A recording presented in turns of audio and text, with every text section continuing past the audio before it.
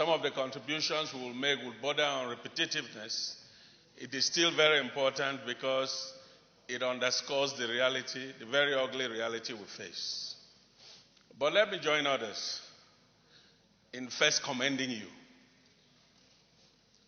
Sitting here and having you state that this issue is so critical that all of us must weigh in clearly marks you out as a patriotic leader. And I'm not trying to patronize you. Because out of this legislature, there would be some who would imagine that you didn't need to bring this issue here. Because they would like these issues to be colored and made to look better than they really are. The reality is that when we come here, we must speak as senators of the Federal Republic of Nigeria. We represent our component units, but here we are senators of the Federal Republic. And when we close the gaps, as we have closed right here today, I think our country is better for it. Mr. President, I would just like to speak on two issues. And the first would have to do with the state police. I never used to believe in the state police. I'm a local government practitioner, and I have watched in this country how local governments have been ambushed and undermined and rendered ineffective and inefficient by state government practitioners. So I never used to believe at all in state police. I've always thought that the same fate that has attended local governments with disastrous consequences would attend the state police. But today I think differently. I think differently, Mr. President. Today I believe that the state police is inevitably important. And the difference is very clear. While the federal police will be operating from an outside-in perspective, the state police will be operating from an inside-out perspective. They understand the nooks and crannies of the very, the geopolitics they find themselves. In fact, I believe that beyond the state, that is hate speech, Mr. President. Beyond the states, the local governments must be taken into this consideration for proper policing. Because every geopolity in this country is part of a local government. If that happens, I'm sure a lot of these insurgencies will be nipped in the bud. Finally, Mr. President, all the criminalities that are perpetrated in Nigeria are becoming increasingly international. That is the reality. And so the sophistication is growing every day. I have heard colleagues talking about recruiting more men. That makes sense. But no matter how many people we recruit, so long as the means and measures adopted are analog, these criminals that have become digital will outpace us. And I don't think it's a matter for shame. China just had this virus pop up. Initially, they thought they could handle it alone. As of today, they are opening their doors to international support. The way this country is now, I think we should open our doors effectively to international cooperation, where the best ways and means of tackling insecurity would be availed us. Mr. President, thank you. Thank you very much. Distinguished engineer. Let me lend my voice very seriously. And with due respect to our colleagues in this chamber. When we are discussing issues of this magnitude, we should handle it with every sense of patriotism, particularly as expected of us by Nigerians.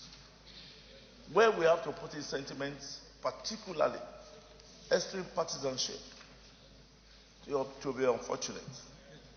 So, Mr. President, when yesterday you mentioned that we are going to discuss security issues, a lot of us went back home to go and really have deep reflections on this issue. You will recall that in the Senate, one of the areas of clash that we had with the SY Inspector General was this increasing insecurity in various parts of the country. At the end of the day, the DIG operations appeared before us. And we called the service chiefs in turns and they appeared before us. And the last to come was the NSA. National Security Advisor. It was when the National Security Advisor came here and spent 3 hours with us. We had deep knowledge, the problems we have about the organization of our security apparatus. Mr. President, the question, do we have Nigerian Army? Yes. Do we have the Nigerian Navy? Yes. Do we have the Nigerian Police Force? Yes. Do we have the DSS? Yes. Who coordinates security in this country?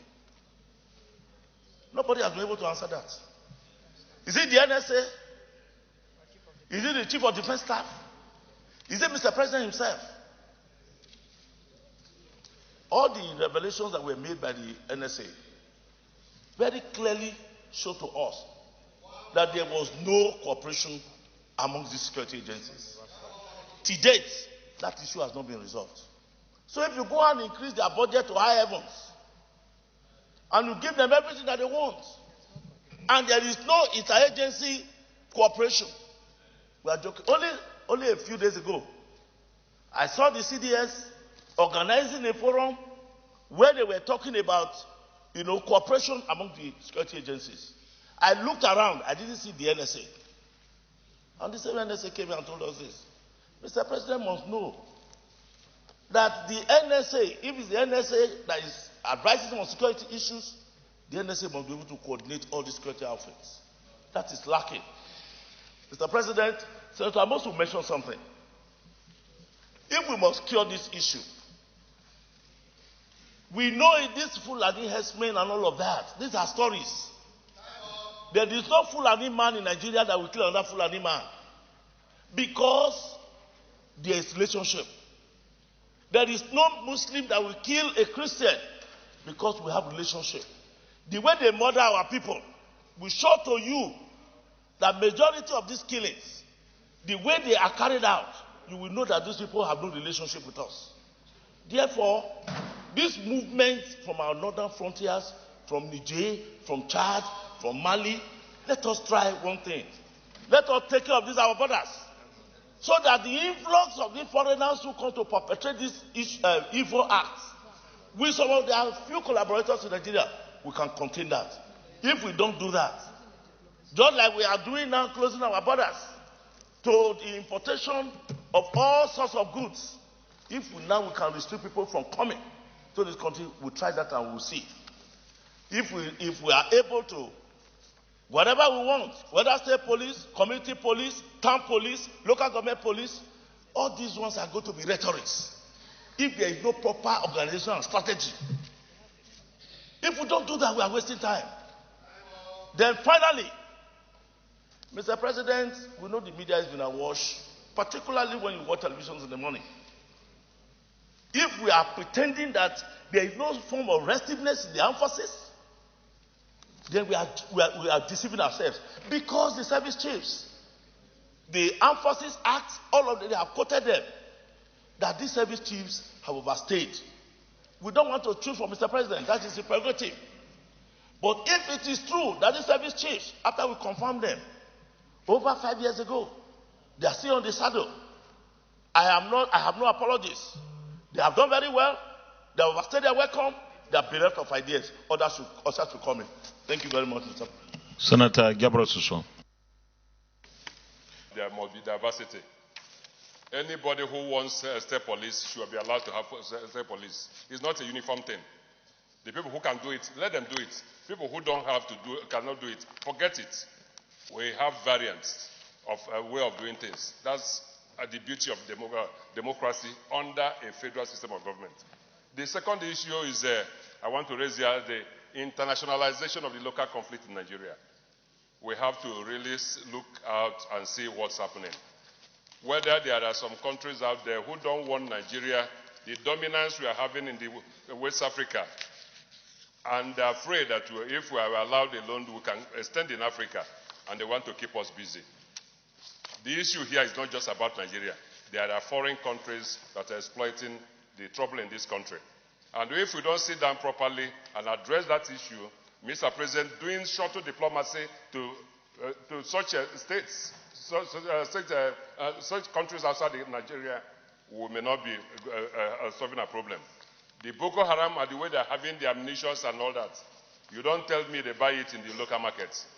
People are bringing it from other foreign countries. Let us find out that that's the business of intelligence. Let us look at that and see how we can handle the issue.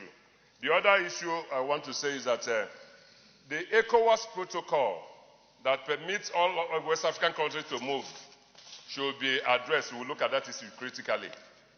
If we don't discuss and look at the ECOWAS protocol that guarantees the free movement of people across borders, we will be at risk because many people are exploiting that and are giving Nigeria a very big issue security-wise. The other issue is the entry without visa.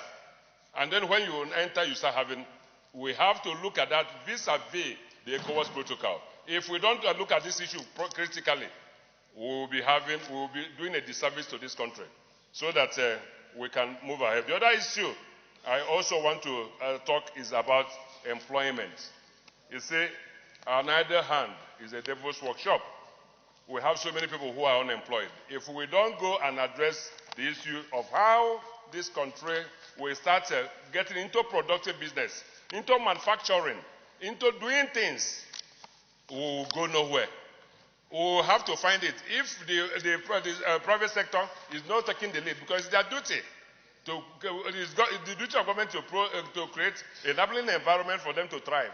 If they are thrive down, they can now get into all those issues. Not into buying and selling.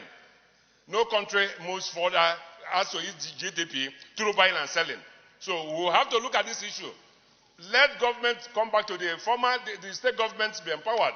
Let them start all those moribund industries and manufacturing that have been closed so that we create jobs for our people. We know that we used to, before we have Kano, the pyramids of the Grand North. We know we have Kaduna Textiles. We know we have Oduduwa factory in the distance. Why are they not working? Let us address the issue to create employment. If we don't do so, we'll be wasting our time here. And the time bomb is ticking. The other issue I have to say is that we have raised the issue of talking to Mr. President about the service chiefs. I feel so bad about discussing this issue here. Because no government wants to be stampeded to take action. It will appear that if tomorrow, I don't know his mind, this senator doesn't know his mind, what he wants to do with the service chiefs. But no government wants to be stampeded into taking action. I don't know what we are doing here today. Whether if Mr. President watches it tomorrow, he will say, well, I have planned this thing because we have taken it over here, then where he is not going to do it. So that it won't appear as we are pushing him. But I still have to sound a cautionary note here. That the Senate is only doing this. If the government comes up and do something urgently, maybe the House of Reps will not join us. When the House of Reps joins us and listen, it will worsen the matter.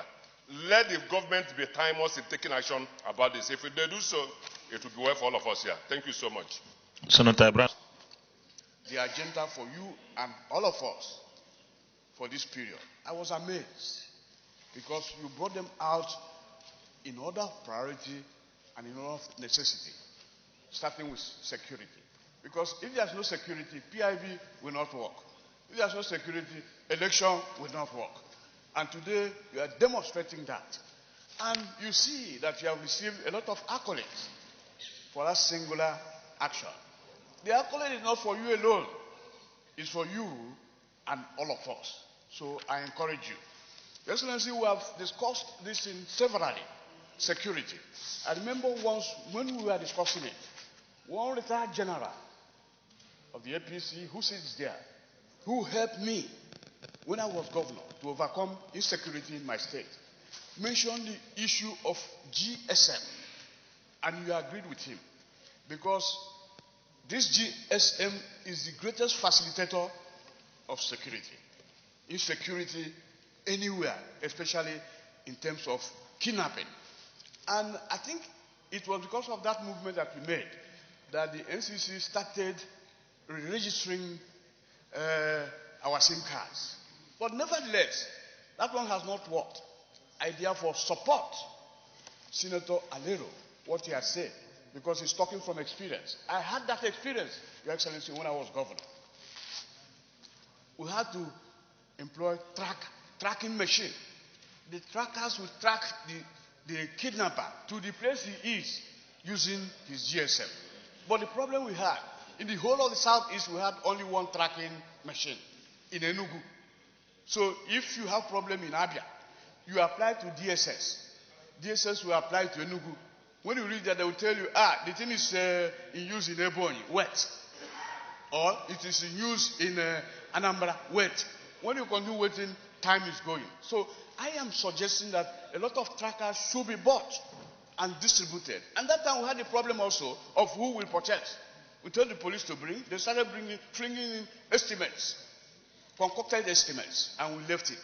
But then, as of now, I know that there are modern equipments that are better than trackers. We can go for them and buy them. The federal government will buy them, distribute to the states. It will help in curtailing kidnapping. Your Excellency, secondly, I am talking from experience. You see, when I was governor, I have not started, I say 1 minute. When I was governor, Your Excellency, we had this vigilante. I don't know whether it is different from community policing or what. We had a vigilante backed by the State House of Assembly law. And they were working under the police. They were carrying arms, but not automatic weapon. They were carrying cartridge arms. And these are boys from the locality. They know the terrain. And they helped a lot in fishing out these people. And I encourage states who can do that to do the same. Today, our governor has rebranded it, calling it Homeland Security. And it is working for us.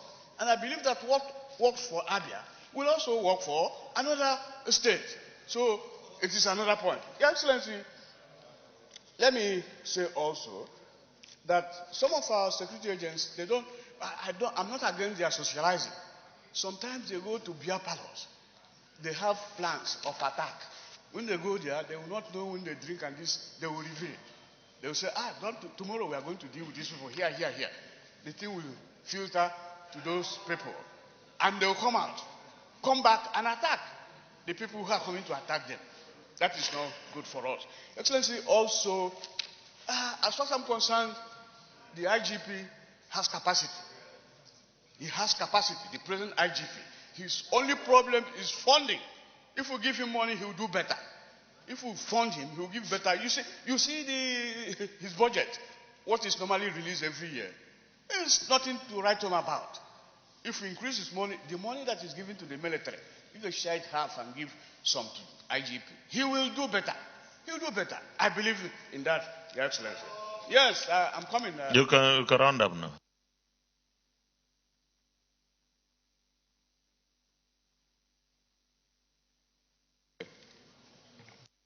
Okay, it's okay. Finally, Your Excellency, I agree with you that we should invite the IGP so that he will come and tell us the modalities of this community policing. Some of us don't even, we join community policing, we don't know what it's all about.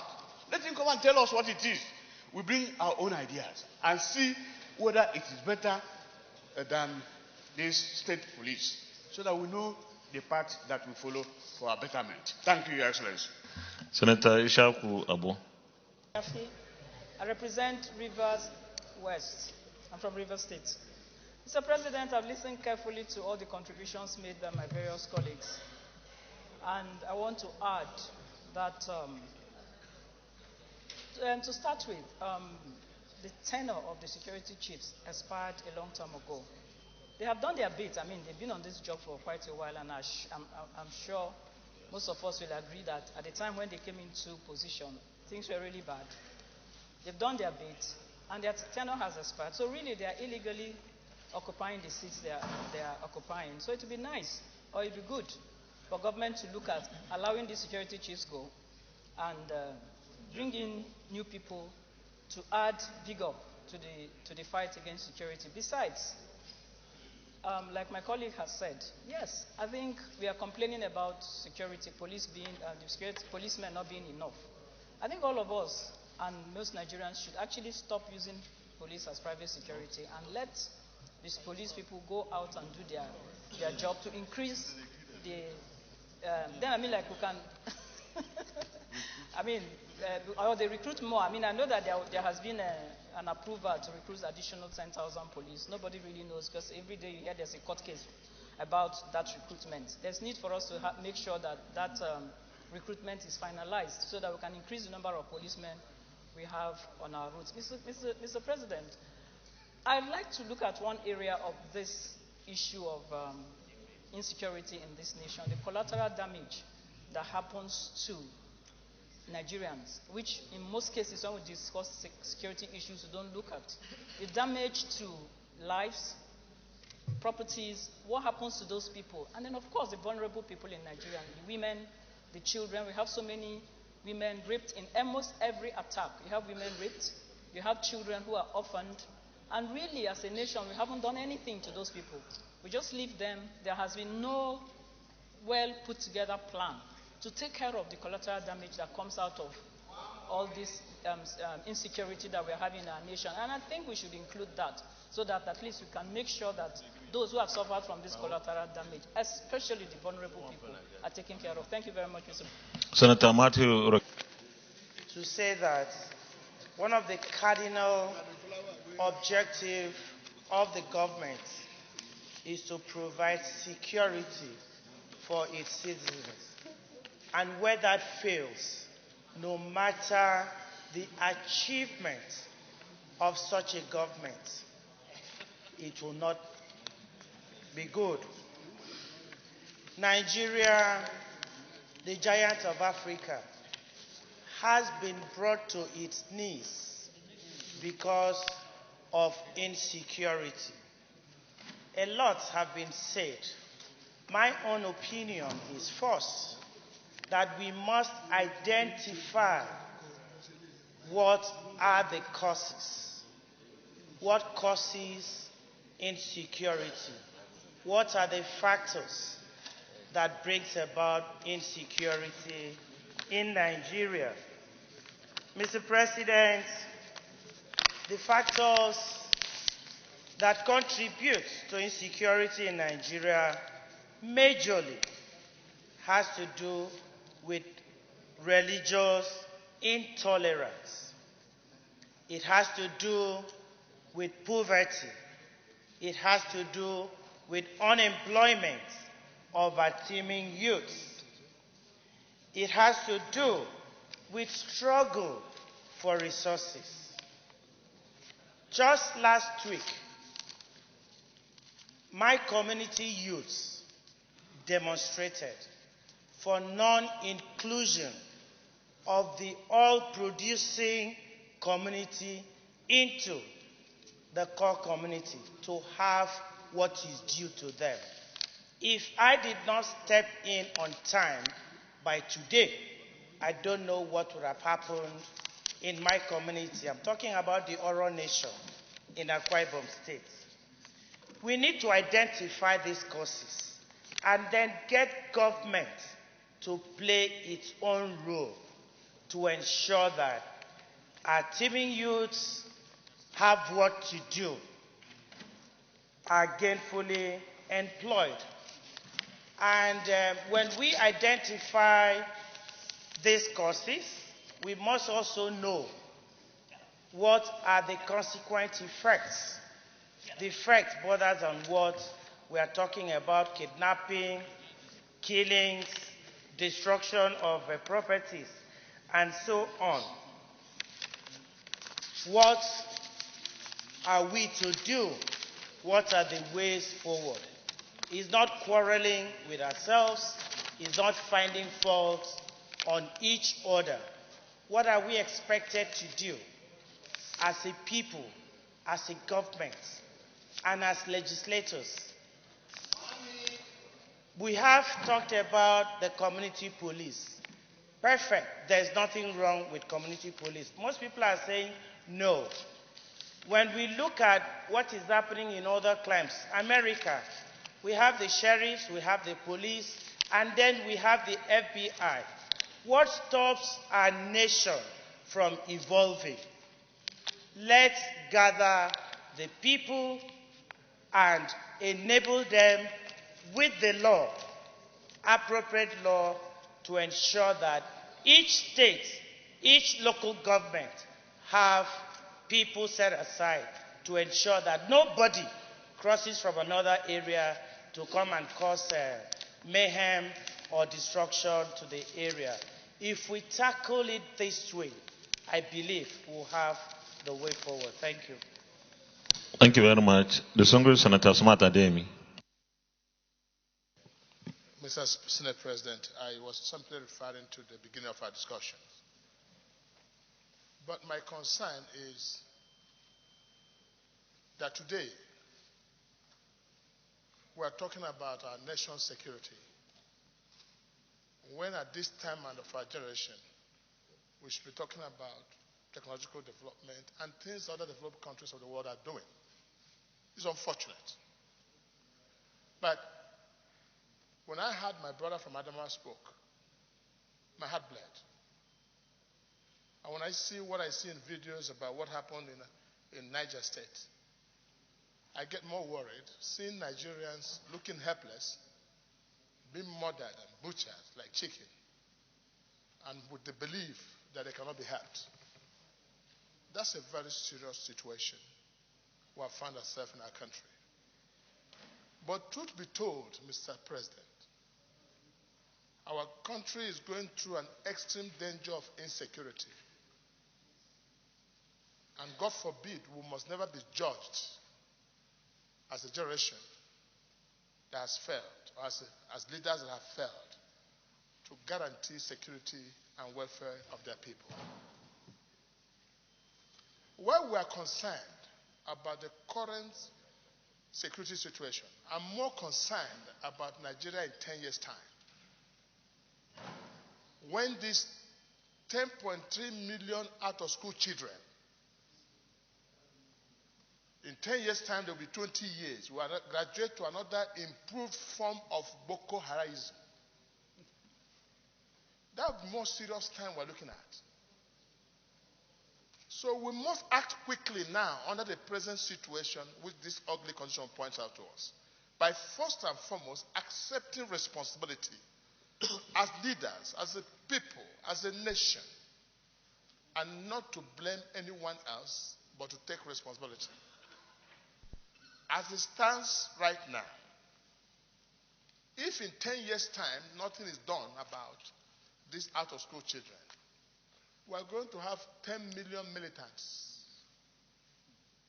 with maybe 500,000 police force. That again is another problem we have to look at now. Mr. President, there is a correlationship between poverty and insecurity. And there's no other causative other than poverty arising from unemployment, joblessness of our youths. So these two are like husband and wife. You cannot treat the other this without the other. My appeal, therefore, in providing solution, there are two types of solution that I would like to provide: the immediate solution and the long-term solution. Distinguished senators have spoken here loudly on the need to change the entire or re-engineer the entire security apparatus in Nigeria. That's given. I think Mr. President should take a bold step and fire the fireable and save the savable, that Nigeria might begin to rebuild confidence in the entire security network. Again, command and control must be established. Today, we do not know who is actually responsible for the command and control. The Office of National Security Advisor in any civilized country should take up their responsibility to manage the security affairs of a nation. That seems to be lacking about command and control. And today, we do not know when any arm of government or any security agency have failed. But rather, the police will blame the army blame the navy blame the air force blame the police will blame the vigilante, and all that. So we must hold somebody responsible in this country if we have to get it right. I'm talking about state policy. If you like, call it any name. For as long as the attitude of people does not change, it will amount to the same. I think people misunderstand what we mean by state policing. State policing means, or community policing, simply means strengthening police at the community level. Because these police, whether they are state or community, they are still police. Police does not mean anyone who is called Nigerian police. Police is police, once we're able to police. So we shouldn't put more emphasis about state police or community police. What we're saying, strengthening the police at community level and at the state level. Mr. President, why we say so? I overheard here we discussed about blaming, but let me say, in curing the headache, you don't have to cut the head. Because if someone is sick, he has headache, I think the best way to stop the headache is by cutting his head. You have not cured the headache. You have cured or killed. So let's change doctors where possible and change prescriptions. That's a problem. That's a problem to be solved. I think the Senate can be referred to those elders. And as elders, we will not ask for now who put the fire. But let us ask how to put off the fire. I think that is the trend I'm going. But in following that trend, I will give us some stark realities. And then I will also make my suggestions. First, every evil, either by insinuation or by other actions, begat other evils. And every wickedness produces its own kind in several ways. I know that at the point we are, I believe most of us are religionists. Either we are Muslims or we are Christians. So I make some references, Mr. President, within my 3 minutes. Anyone that sows the wind will reap the whirlwind. We Nigerians, maybe not me, maybe not Mr. President, but sowed this evil wind. Today, we are only reaping the fruit of what we sowed. This wind, by the grace of God, will go away. It will not be there forever. But, Mr. President, I think it's not time to lament or blame each other because we have a matter to solve now. So I want to go straight to what I think we should do to provide solutions. The first is this. As a people, because we have sown the evil seed and we are reaping the fruit of it, all of us. Therefore, we should go back to God. Our faith is now needed. We should go back to God as a country, and say we are sorry. I have seen such examples in the Bible. We will confess our sins and ask God to forgive us and help us. 2 Chronicles 20:20. It is time to repent. Mr. President, even as we are talking here, instead of providing solution, we'll be quarreling here. That is the mindset of the wicked people. Yes. So whatever we say, either it is good or it is bad, you note it. In case there be something good that can come out of the bad ones. The second issue I will raise is this, Mr. Senate President. You will recall, in 2007 or early 2008, when the militancy issue was raging in the Niger Delta region, as a people, we brought up a motion here, led by Senator Henry Kinobobri. Many of us from the region were part of that motion. And you will recall, our sincere deliberation without looking at political parties. Then, I was in the People's Democratic Party as I am now. I was on that side. Kinobobri was on that side. James Manager was on that side. We brought the motion against what our government is doing that they are not doing very well. And you know, after that motion, we had a retreat in Port Harcourt. And then after we visited all the states. And we invited prominent Nigerians who were experts to advise us, and then we take from them and get our community. And you will recall, it was that I was sent to the then President Yar'Adua, and through it, more presidents were involved, and then finally they gave amnesty to those who are disturbing. At least today, I can say it is about 70% or more reduced in that area. So I also heard that in the last Senate, you chaired a committee, Mr. President, that talks on the same matter. The same matter. The report is there. What do we do with that report? Because if we have a problem and then they come by the solutions and then they are not used, we have a problem. So my suggestion is again against a committee of the Senate. Maybe it may take the day, but let the entire Senate go on an emergency retreat and get experts all over the world and Nigeria who can advise us on what to do. Because our security personnel have been overwhelmed. They have been overwhelmed. When a man gives advice on one solution and it's not yielding results, rather more things are happening, then there is a problem. We have to review the security architecture of this country and see whether what we have on ground now is really working and helping us. If it was working, Mr. President, I'm sure anyone will stop me, I will stop. But if it is working, in 2015-16, when we heard that Boko Haram has been conquered, has been defeated, they wouldn't be there. When we heard S-men have been chased away, it will not be there. But rather, Boko Haram will give back to S-men, S-men will give back to bandits, bandits will give back to kidnappers. It is overwhelming our security institutions. Let us review whether what we have now on ground is still competent enough to secure the Nigerians. Mr. President, I agree with Senator Lero that state policing is not too adequate for now because some states are not paying salary. But some states can pay. If they can pay Amatekun, is it what they call it? If they can pay that one, call it any name. We refuse state police, but in every state, either we have a brigade doing the same work or Amatekun is doing the same thing. Just call several names. It is good that we have a control. We bring all these state organizations that are looking after, are taking the role of a state police and give them a name, amend the constitution and stand by state police so that our people will be saved. Finally, I'll come back again.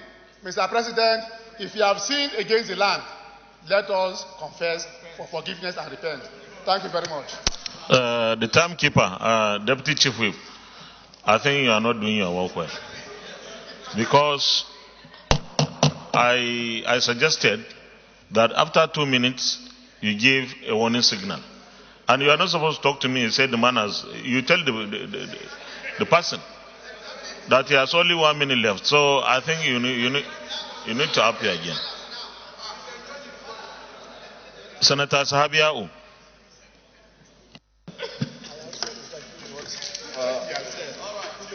Thank you, Mr. President. I represent Abia South in this hallowed chamber. Mr. President, I need to thank you first by ensuring and making sure that you worked with us to put security topmost today, and that we're going to do everything that we can, each and every one of us, to discuss this problem. When I was coming, Mr. President, this morning, I saw the newspaper headline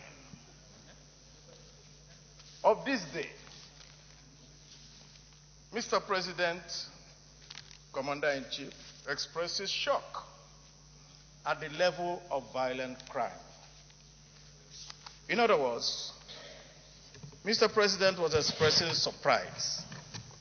But in accordance to our rule 5313, I will not go into that, but I will only say, Mr. President, in pidgin English, this surprised me.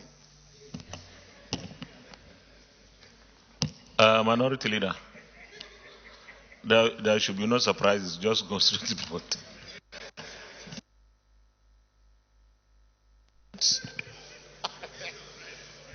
You have told us that on this solemn day that we're discussing this matter, that we may not at any point be partisan. And I want to tell you, Mr. President, if you didn't insist that we will not be partisan, I would have called out the presidential spokesman, Femi Adesina, who, when the CAN leaders complained about the killing of a priest, he turned around and said that the CAN was acting like a political party. Now that we are talking about it here, let me hear him say that all of us are acting like a political party when somebody is complaining about these incessant deaths in this country. Mr. President, because we have to get to the root of this matter, I can only say one thing. Those who live by propaganda will die by propaganda. Minority Leader, I really don't like what I'm doing, but I'm forced to. The issue before us and what concerns every single Nigerian today is the insecurity that is so pervasive. So I will still urge you that please, let's contribute in such a manner that we're able to get solutions. I am not saying you cannot say what you want to say, but let's get solutions. What is the way forward? Because we need to take very urgent and immediate decisions and get across to the other side. So you may continue. In fact, you have 2 more minutes. No, you can still. Anyway, this is a minority leader. So there is a discount for him. Go ahead, minority leader. Mr. President, we are very serious here. This is a matter of life and death. And I was building up to something. And I will say what I was building up to very simply. Boko Haram has been defeated. Nigeria is now safer. Everything was being done to make sure that the hard work that was supposed to be done in securing Nigeria was not done because certain people did not do their work and preferred to cover the eyes of Nigerians with propaganda. That's why I said that at the beginning. But let me go on, Mr. President, to say this. All the time that we wasted in Nigeria trying to find all these excuses for non-performance has now come to stare us in the face. Reality is no respecter of persons. And it is the reality that we are facing now. Senator Sani Musa shouting every day that his people were being killed in Niger. We just took one from Jos, a student who was murdered by a Boko Haram person in full view of everybody with a pistol. And the Boko Haram person was somebody that was more, almost, he's not up to 9 years or 10 years old. And we are told that they have been defeated. Now, to go to the fact of what do we do? Mr. President, we have heard from the newspapers today where you have said and suggested, and they are quoting you to say, oh, well, we were going to call the IG, we are going to talk about the community policing, we are going on that way. Mr. President, Nigeria did not elect the IG. We did not elect the chief of staff. We did not elect the joint chiefs. We did not elect the national security advisor. We elected the government of APC in 2015 and re-elected them in 2019. The reason why we re-elected them was that they continued to tell us that because they had the key to security, and the whole Nigeria voted them in 2015, and I agree with that. And I'm saying, Mr. President, when you want to deal with a matter, you go to the head. So we will go to the government and ask this government to resign because they can no longer do anything in this country. Mr. Minority Leader, I know.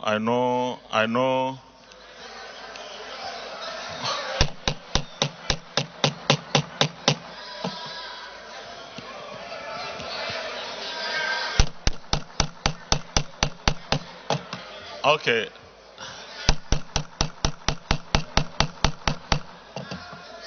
Please, Minority Leader, let me remind you once again that Nigerians voted for APC in 2015, and because they saw improvement in their lives, they voted APC again in 2019. I don't want us to be partisan, and I will advise against hate speech in this chamber.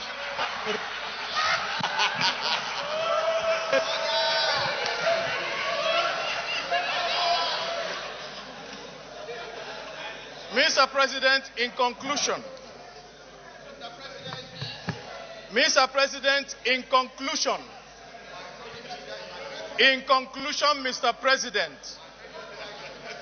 Mr. President, I need your attention. Mr. President, in conclusion, yes, Nigerians voted a government into power. And that government even said, if we don't perform, stone us.